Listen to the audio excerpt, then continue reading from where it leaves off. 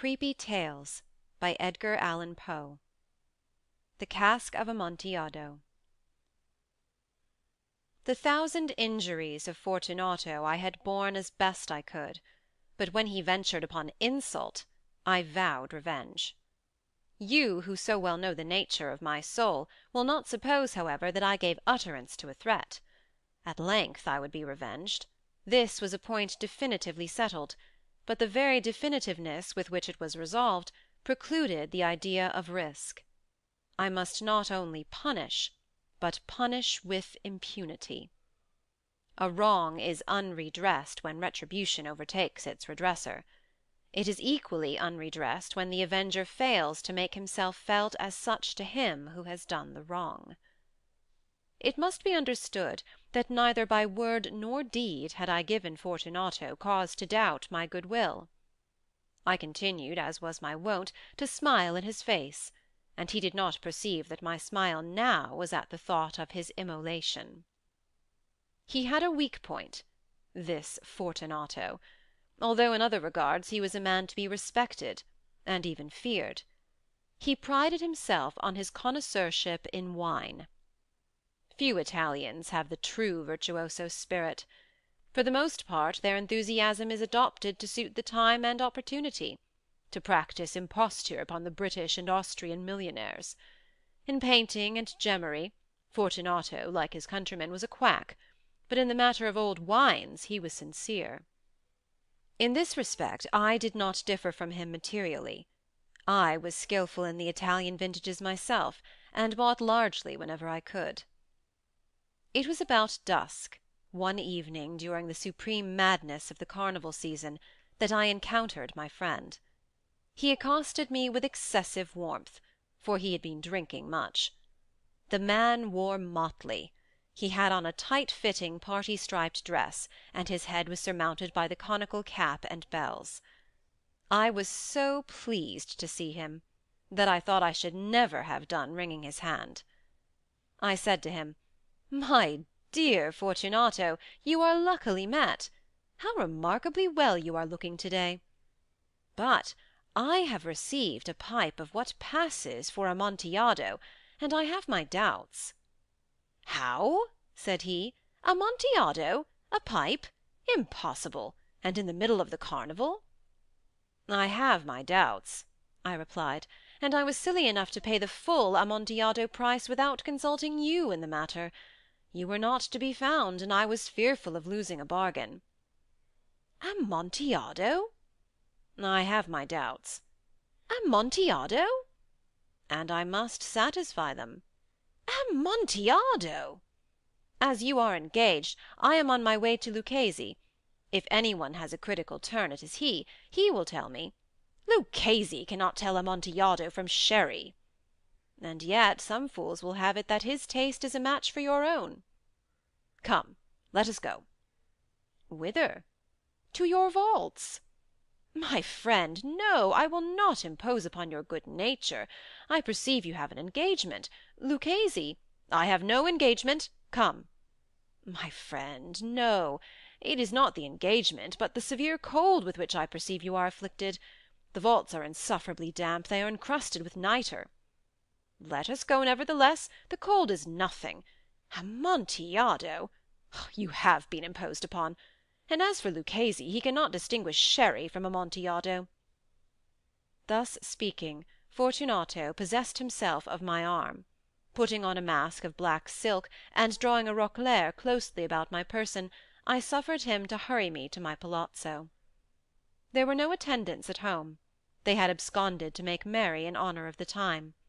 I had told them that I should not return until the morning, and had given them explicit orders not to stir from the house.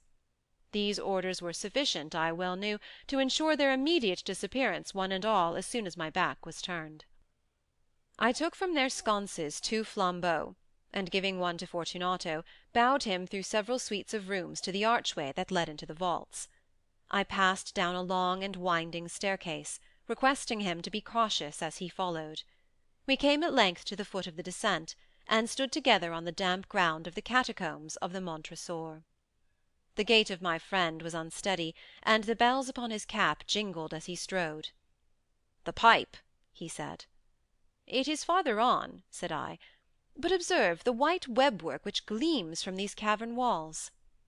He turned towards me, and looked into my eyes with two filmy orbs that distilled the rheum of intoxication. "Nitre?" he asked at length. "Nitre," I replied. "How long have you had that cough?"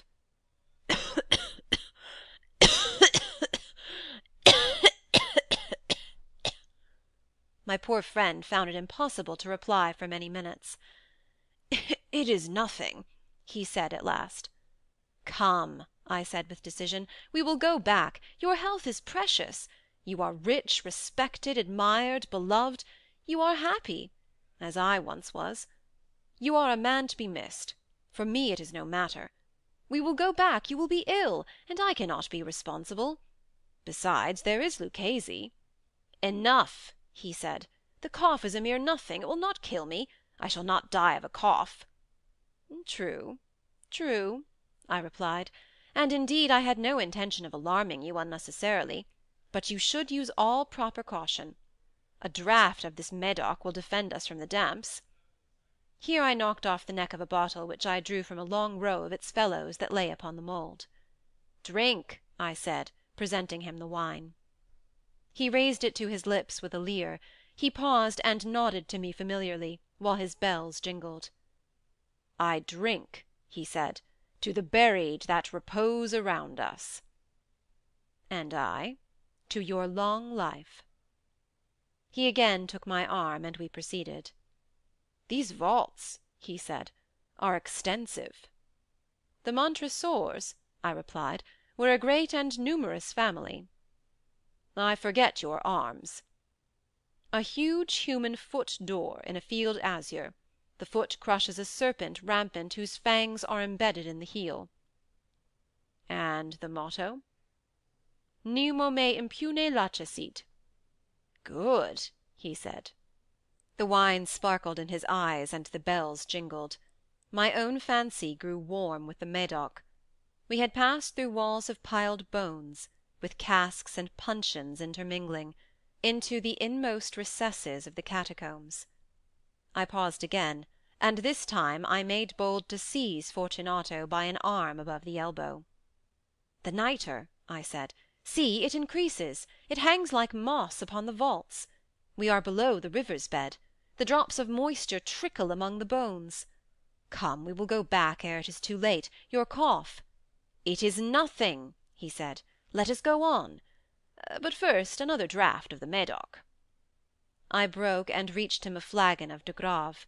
He emptied it at a breath. His eyes flashed with a fierce light. He laughed, and threw the bottle upwards with a gesticulation I did not understand. I looked at him in surprise. He repeated the movement, a grotesque one. "You do not comprehend?" he said. "Not I," I replied.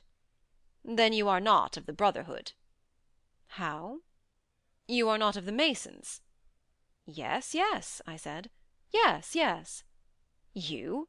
Impossible! A Mason?" "A Mason," I replied. "A sign," he said. "It is this," I answered, producing a trowel from beneath the folds of my roquelaire. "You jest," he exclaimed, recoiling a few paces. "But let us proceed to the Amontillado." "Be it so," I said, replacing the tool beneath the cloak, and again offering him my arm. He leaned upon it heavily. We continued our route in search of the Amontillado.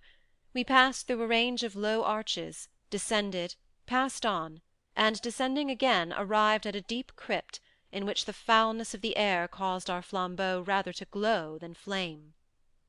At the most remote end of the crypt there appeared another less spacious.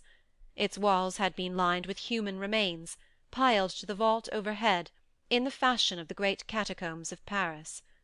3 sides of this interior crypt were still ornamented in this manner. From the 4th the bones had been thrown down, and lay promiscuously upon the earth, forming at one point a mound of some size. Within the wall thus exposed by the displacing of the bones, we perceived a still interior recess, in depth about 4 feet, in width 3, in height 6 or 7. It seemed to have been constructed for no especial use in itself, but formed merely the interval between two of the colossal supports of the roof of the catacombs, and was backed by one of their circumscribing walls of solid granite. It was in vain that Fortunato, uplifting his dull torch, endeavoured to pry into the depths of the recess. Its termination the feeble light did not enable us to see. "Proceed," I said. "Herein is the Amontillado. As for Luchesi—" "He is an ignoramus," interrupted my friend, as he stepped unsteadily forward, while I followed immediately at his heels. In an instant he had reached the extremity of the niche, and, finding his progress arrested by the rock, stood stupidly bewildered. A moment more, and I had fettered him to the granite. In its surface were two iron staples, distant from each other about 2 feet, horizontally. From one of these depended a short chain, from the other a padlock. Throwing the links about his waist, it was but the work of a few seconds to secure it. He was much too astounded to resist. Withdrawing the key, I stepped back from the recess. "Pass your hand," I said, "over the wall. You cannot help feeling the nitre. Indeed, it is very damp. Once more let me implore you to return. No? Then I must positively leave you. But I must first render you all the little attentions in my power." "The Amontillado!" ejaculated my friend, not yet recovered from his astonishment. "True," I replied, "the Amontillado." As I said these words, I busied myself among the pile of bones of which I have spoken before. Throwing them aside, I soon uncovered a quantity of building stone and mortar. With these materials, and with the aid of my trowel, I began vigorously to wall up the entrance of the niche. I had scarcely laid the first tier of my masonry, when I discovered that the intoxication of Fortunato had in a great measure worn off. The earliest indication I had of this was a low moaning cry from the depth of the recess. It was not the cry of a drunken man. There was then a long and obstinate silence.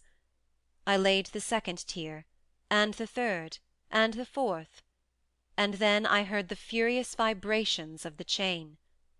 The noise lasted for several minutes, during which, that I might hearken to it with the more satisfaction, I ceased my labours and sat down upon the bones. When at last the clanking subsided, I resumed the trowel, and finished without interruption the fifth, the sixth, and the seventh tier. The wall was now nearly upon a level with my breast. I again paused, and holding the flambeau over the mason work, threw a few feeble rays upon the figure within. A succession of loud and shrill screams, bursting suddenly from the throat of the chained form, seemed to thrust me violently back. For a brief moment I hesitated. I trembled. Unsheathing my rapier, I began to grope with it about the recess, but the thought of an instant reassured me. I placed my hand upon the solid fabric of the catacombs, and felt satisfied. I reapproached the wall. I replied to the yells of him who clamoured. I re-echoed, I aided, I surpassed them in volume and in strength. I did this, and the clamourer grew still. It was now midnight, and my task was drawing to a close. I had completed the 8th, the 9th, and the 10th tier. I had finished a portion of the last and the 11th. There remained but a single stone to be fitted and plastered in. I struggled with its weight. I placed it partially in its destined position. But now there came from out the niche a low laugh that erected the hairs upon my head. It was succeeded by a sad voice, which I had difficulty in recognizing as that of the noble Fortunato. The voice said, "A very good joke indeed. An excellent jest. We will have many a rich laugh about it at the palazzo. Over our wine. The Amontillado," I said. Yes, the Amontillado. But is it not getting late? Will not they be awaiting us at the palazzo, the Lady Fortunato and the rest? Let us be gone. Yes, I said, Let us be gone." "For the love of God, Montresor!"